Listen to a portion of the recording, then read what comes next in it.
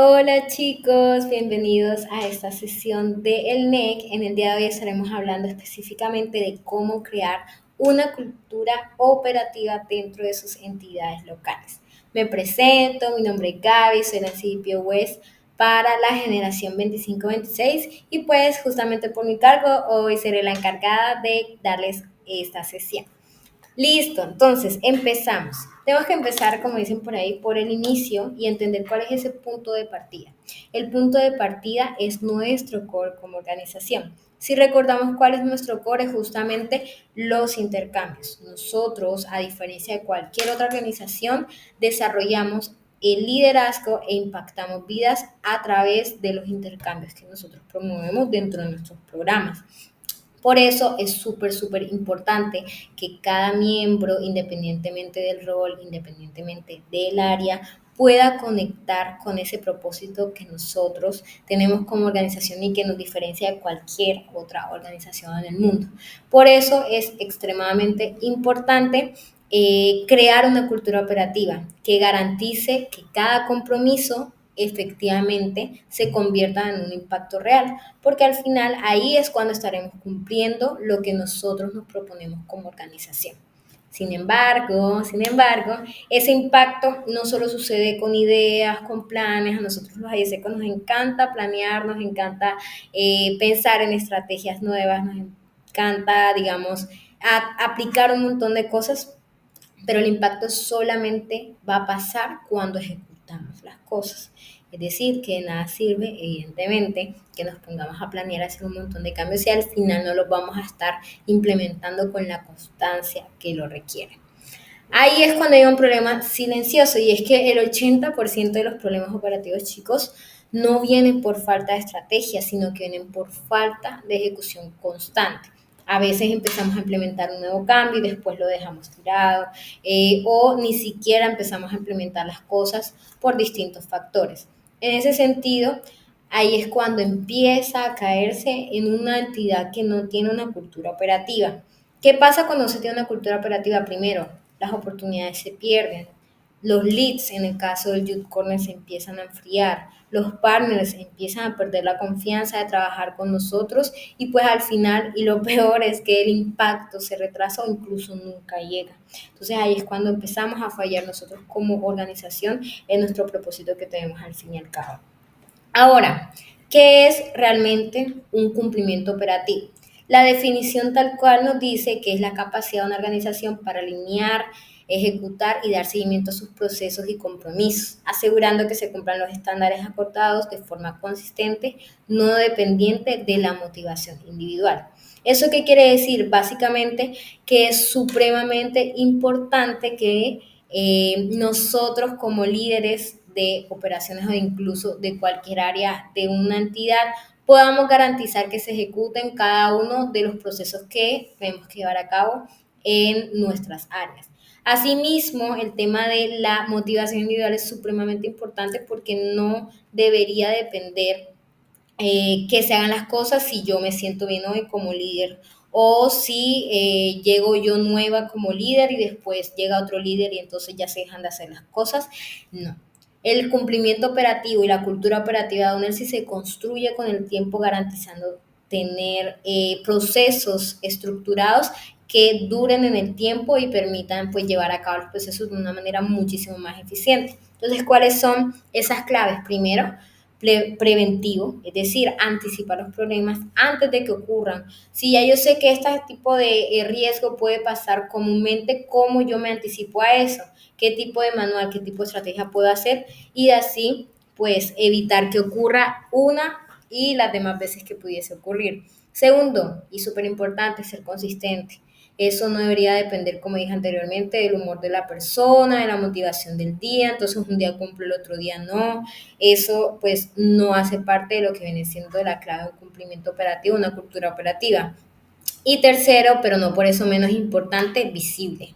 El progreso siempre tiene que medirse y nosotros en ESIC nos encanta medir. Tenemos 50.383 dashboards que pueden ver ese progreso, pero también es súper importante que nosotros lo compartamos, que todos estén enterados de cómo vamos, de qué falta y pues eso también pueda servir de motivación para nuestros miembros y nuestra membresía en general, de saber que cada día nos estamos acercando un poco más a nuestra meta. Ahora, ¿por qué tener una cultura operativa es una ventaja? Primero, velocidad. Eso nos permite reaccionar antes que otros y eso no solamente se da en entidades locales, sino incluso en la entidad nacional. Nosotros como IESEC en Panamá al final, pues trabajamos por un mismo norte en las operaciones, entonces es súper importante que nosotros también podamos reaccionar primero que el resto. Segundo, la calidad, el tener menos errores repetidos, pues hace que tengamos unas entregas más consistentes, ¿no? La confianza en los partners, en los externos, en los inters, en cualquier tipo de stakeholder que trabaje con nosotros, pues van a percibir ese profesionalismo por nuestra parte. Y último, la sostenibilidad, que bueno, al final son esos sistemas que van a empezar a sobrevivir independientemente de los cambios de las personas, sobre todo en el caso de ese que saben que nosotros cambiamos de roles anualmente, en algunos casos incluso semestral, entonces cómo nosotros garantizamos que todos puedan tener procesos suficientemente estandarizados para que una generación a otra pues no se vuelva insostenible. Entonces, aquí la conclusión es que la cultura operativa, pues, no necesariamente hace crecer más rápido de un día para otro, no es algo demasiado instantáneo, sin embargo, asegura que en un futuro sus entidades no se vayan a frenar. Garantizar la sostenibilidad a un largo plazo de su entidad siempre va a ser lo más importante. Ahora, ¿cuáles son los tres pilares de una cultura operativa? El primer pilar de las culturas operativas es justamente la cadencia operativa. Esta cadencia operativa, bueno, este pilar está inspirado en el Operating Rhythm Models, que es pues también una teoría de empresas de alto rendimiento. Y básicamente lo que menciona es que es necesario establecer ritmos fijos para una revisión y ejecución. Entonces, por ejemplo, aquí tenemos unos ejemplos para ustedes. Primero, un daily check-in súper chill. Nosotros nos encanta hacer check-ins y demás. Entonces, nosotros, ¿cómo podemos hacer un check-in con nuestras áreas para saber cuáles son esos cuellos de botella que estamos teniendo en las rutinas del día a día y pues poder bloquearlos de una forma rápida? Segundo, un weekly review en sus reuniones de área, cuando estén con sus TLs y demás, pueden empezar a analizar ese progreso y corregir algunos desvíos que están haciendo, supremamente importante, para que lo puedan hacer a tiempo y no esperar como hasta un fin de mes para corregir ciertas cosas. Y un monthly retro, ya cuando nosotros hacemos pues las reuniones mensuales y demás, cómo se identifican ya mejoras de tipo estructural, porque para corregir los errores del día a día tenemos los otros dos ejemplos como los check-ins y los weekly reviews, pero en las reuniones mensuales debería ser más para hacer cambios de tipo estructural, es decir, que sean estrategias un poco más macro. ¿Cuál es el beneficio de esto? Pues que la operación va a fluir como un ciclo predecible y no necesariamente apagando incendios como normalmente pasa en IESEC, sino que pues podamos tener una buena gestión de los riesgos dentro de nuestras áreas. Segundo, el ecosistema accountability. Este pilar está basado en la idea de la accountability system y en básicamente que la responsabilidad no depende de una persona, sino que por el contrario tiene que depender de un sistema que sea completamente visible para todos. Entonces, aquí es muy importante que utilicemos dashboard para nuestras áreas, utilicemos los dashboards de la Oficina Nacional y demás.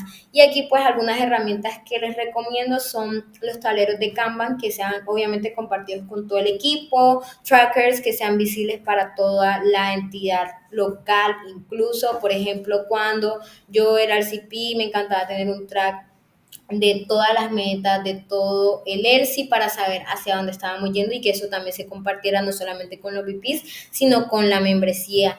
Así de esa forma, pues todos íbamos enterados, había una transparencia de cómo estábamos y saber en qué áreas tal vez había que mejorar algunos aspectos.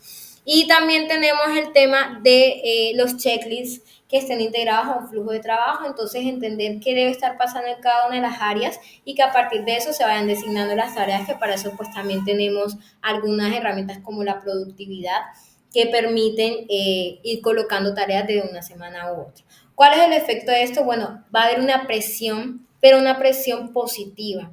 Eso va pues aumentar el cumplimiento porque va a ser mucho más visible el cómo vamos y no va a ser necesariamente presionar a la gente hacia lo negativo de estamos mal, hay que mejorar, sino que cada uno puede ser consciente de cómo van las cosas y esto también se puede hacer a nivel de área. Tercer pilar, la optimización continua. Esto está basado en la teoría de feedback loop. Entonces hay que tener un ciclo, constante de medir, aprender, ajustar. Entonces es importante pues tener estos feedback loop cortos y poder identificar qué hay que corregir antes de que ese riesgo o ese cambio, lo que sea irreversible. Aquí hay una herramienta muy chévere que es la herramienta pues, de la regla 714 que básicamente no dejes pasar más de 7 días sin evaluar métricas claves y más de 14 días sin implementar un ajuste. Entonces, por ejemplo, si ustedes realizan o empiezan a implementar una estrategia nacional y ya saben que el MOVES de este mes, supongamos que yo soy B2C y el MOVES de este mes son sign-ups para la iniciativa de IGUA, entonces yo puedo evaluar todas las semanas cómo van los signups de IVA. Esa es una métrica clave. Así yo sé que si en la semana 1, digamos que dentro de un timeline normal de B2C, se deberían tener la mayor cantidad de signups en las 2 primeras semanas para que IGUA pueda contactar en las 2 últimas. Si yo voy en la primera semana y no voy ni siquiera al 50% de mi meta, pues yo tengo que reevaluar lo que estoy haciendo para que la segunda semana se pueda cumplir a un 100%, que es lo ideal dentro de un timeline de B2C. Así, pues, va a cambiarse la mentalidad de que cada semana aprendemos algo que mejora la siguiente. Y eso no solamente debe salir de parte de los VP, sino también como nosotros animamos a nuestro equipo, especialmente a nuestros tiers, a que puedan sugerir ideas, sugerir cambios o estrategias que nos ayuden a mejorar en esa meta que tengamos. Pero chicos, al final lo más importante siempre va a ser el compromiso real. Y para eso, aquí les traigo un detallito que es el acuerdo de cumplimiento.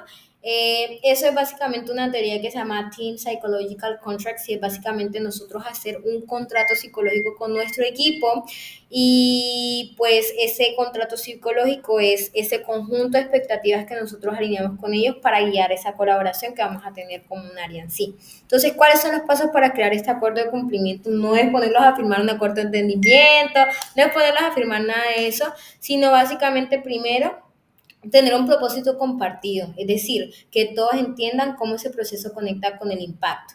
Entonces, si nosotros supongamos que yo soy IGT y nuestra principal meta este semestre va a ser, no sé, hacer 30 proof en mi entidad local, entonces yo cómo hago que todos se conecten con ese mismo propósito. ¿Por qué es importante tener 30 proof este semestre? ¿Por qué es importante impactar 30 vidas en este semestre para nosotros como equipo y que esa sea la motivación constante que vamos a estar recordando para continuar motivados a hacerlo? Las reglas co-creadas, no impuestas, hay que diseñarlas con quienes se ejecutan. Vuelvo a lo que mencionaba anteriormente.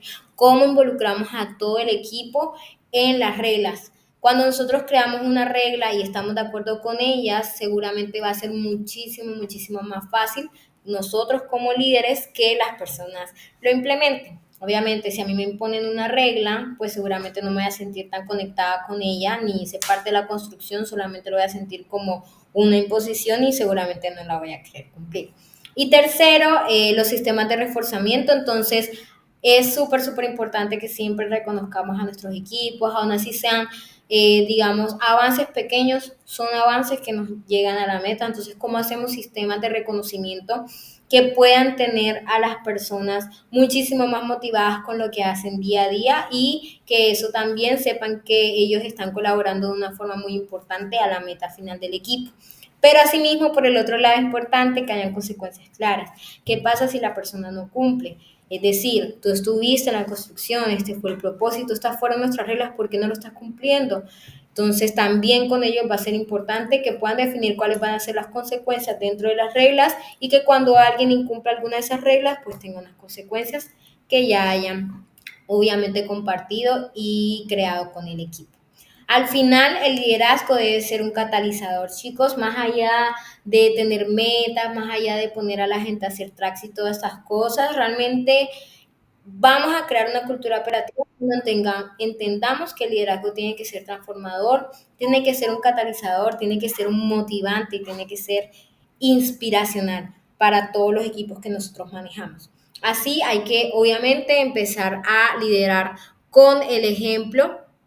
No voy yo a pedir que la gente cumpla si yo estoy incumpliendo. Segundo, conectar la operación con el impacto real. Todo lo que nosotros hacemos, por cada intercambio que nosotros hacemos, por cada proof que nosotros hacemos, estamos cambiando muchísimas vidas a su alrededor. Y eso es súper, súper importante que todos nosotros lo entendamos porque nosotros no estamos simplemente aquí por propósitos egoístas. Nadie está por propósitos meramente egoístas. Entonces es súper importante que todos siempre conecten esa operación con ese impacto que nosotros hacemos dentro de AICE. Inspirar desde el propósito, como les mencionaba anteriormente, chicos, para que uno como líder tenga a su equipo motivado, va a ser muy importante poder inspirar desde ese mismo propósito y entender cómo cada uno se puede conectar con él. Y finalmente, pero no por eso menos importante, proteger la calidad. No es simplemente tener números por tener, pero yo cómo logro tener mayor cantidad de números y mayor cumplimiento teniendo una excelente calidad. Y les dejo esta frase final para que reflexionen un poquito y es: un líder operativo transforma la intención en resultados y los resultados en impacto. Entonces, espero que estos tips realmente les sean muy útiles para que pongan todas sus entidades a volcar hacia los intercambios, que es nuestro core como organización, y que obviamente eso haga que muchas más personas conecten con nuestro propósito y poder llegar a muchísimas más personas en Panamá y en el mundo. Entonces, nada, chicos, un gusto. Si tienen preguntas o quieren hablar sobre este tema, saben que siempre pueden dirigirse a mí. Entonces, los veo por ahí. Bye.